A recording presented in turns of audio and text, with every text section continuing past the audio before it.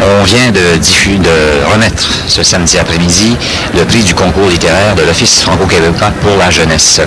Le prix porte bien son nom, il est jeune lui-même, il a été attribué pour la première fois l'an dernier, et gagné d'ailleurs par un Québécois, Gilles Pellerin, qui a dirigé jusqu'à tout récemment la revue littéraire Nuit Blanche, qui est à Québec. Cette année, donc, l'Office franco-québécois avait également un concours littéraire. C'était axé sur la nouvelle, et contrairement à ce qui s'est passé l'an dernier, où le thème était l'avenir de la francophonie, cette année, donc, il n'y avait pas de thème comme tel, mais on avait demandé aux gens qui voulaient soumettre un texte que les 2 premières phrases des nouvelles soient à peu près les suivantes, et c'est tiré de Franz Kafka. Il y a longtemps, bien longtemps, que je voulais aller dans cette ville. C'est une grande ville pleine d'animation. Plusieurs milliers d'hommes l'habitent. N'importe quel étranger y est admis. Et à partir de ces 2 phrases de Kafka, donc, M. Paul Bacchia, un jeune auteur français, il a tout juste 25 ans, même s'il a déjà publié d'ailleurs, a remporté le premier prix. Comment avez-vous fait, Paul Bacchia, exactement, à partir de ce début, ma foi, un peu mince? Ma foi, je suis parti d'une réflexion sur ce que les autres auteurs allaient écrire. Et comme je me disais qu'il fallait essayer de gagner, il ne fallait pas faire la même chose que ce que les autres allaient faire. Et donc j'ai essayé de réfléchir d'abord sur ce que les autres allaient faire. Je pensais que ça aurait été le thème d'un individu perdu un peu anonyme dans une grande ville, ou inversement un personnage qui se retrouvait dans la ville parce qu'il rencontrait beaucoup de personnes. Donc je me suis dit qu'il fallait mieux pas faire ça. Et donc j'ai choisi le biais de ne pas parler de la ville. Ma nouvelle ne se passe pas dans une ville. Elle commence dans une ville. Elle se termine peut-être dans une ville, ça on ne le sait pas bien, puisque c'est et autre point de départ, ce n'est pas un personnage que j'ai voulu prendre, pas un être humain, mais une statue, un être humain. Ah bon? Pourquoi une statue de quel genre? D'un personnage historique quelconque? Il s'agit effectivement d'un personnage historique qui s'appelle Eugène Pelletan, qui était un homme politique français du 19e siècle, qui a été connu à son époque puisqu'il faisait partie du gouvernement provisoire qui a renversé Napoléon III, mais il est maintenant un peu tombé dans l'oubli. Et il se trouve que cette personne est un de mes ancêtres. Et de plus, comme je suis historien, je consacre ma thèse de doctorat sur lui et sur son fils Camille, qui est également connu puisqu'il a créé le Parti radical socialiste en France.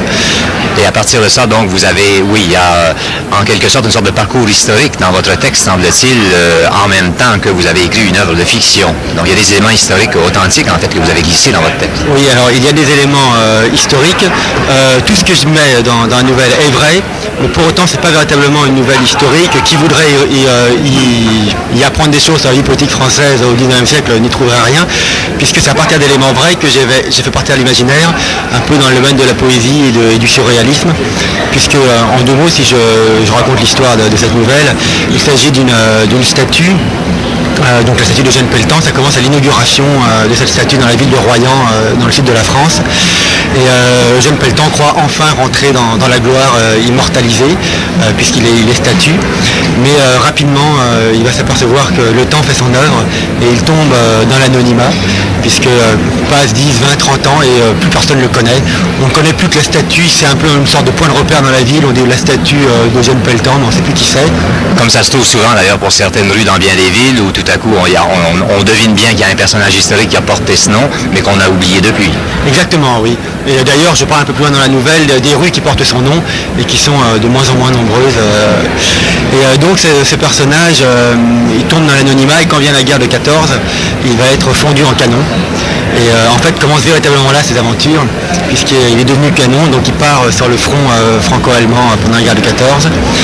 Et là il lui arrive différentes difficultés inhérentes à la guerre, mais il va rencontrer un personnage qui va le distraire un petit peu. Ce personnage, c'est Arthur Rimbaud, qui apparaît sous forme d'obus, puisque Arthur Rimbaud était statue de bronze à Charleville-Mézières, a été fondu en obus. Et Eugène Pelletan pour mission d'envoyer Arthur Rimbaud du côté des Allemands, sous forme de bombe. Alors comme ils s'étaient connus dans leur jeunesse, donc ils racontent un peu leur passé. Et puis vient un moment, une offensive. Donc Eugène Pelletan propulse Arthur Rimbaud en tant que but. Comme Arthur Rimbaud était quand même un antimilitariste, il se sent assez mal dans cette mission. Et donc il se met à beugler des vers en plein dans l'air. D'un seul coup les combats s'arrêtent un peu, les soldats ne savent plus s'ils doivent tirer ou quoi, qu'est-ce qui se passe, il y a une espèce de voix de Dieu qui sort et c'est Arthur Rimbaud qui déclame. Et ça, c'est la mort d'Arthur Rimbaud.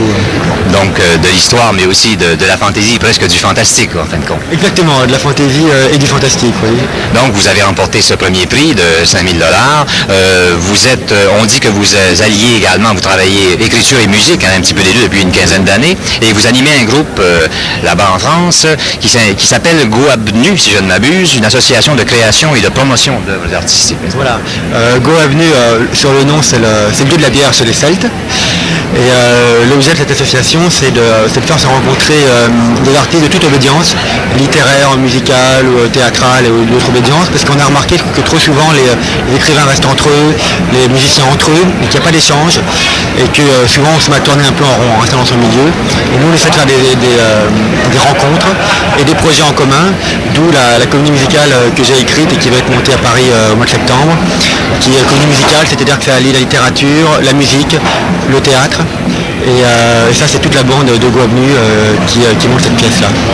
Vous invitiez d'ailleurs, quand vous avez reçu le prix tout à l'heure sur la Grande Place, les gens qui se trouveraient peut-être à Paris cet automne, à venir voir votre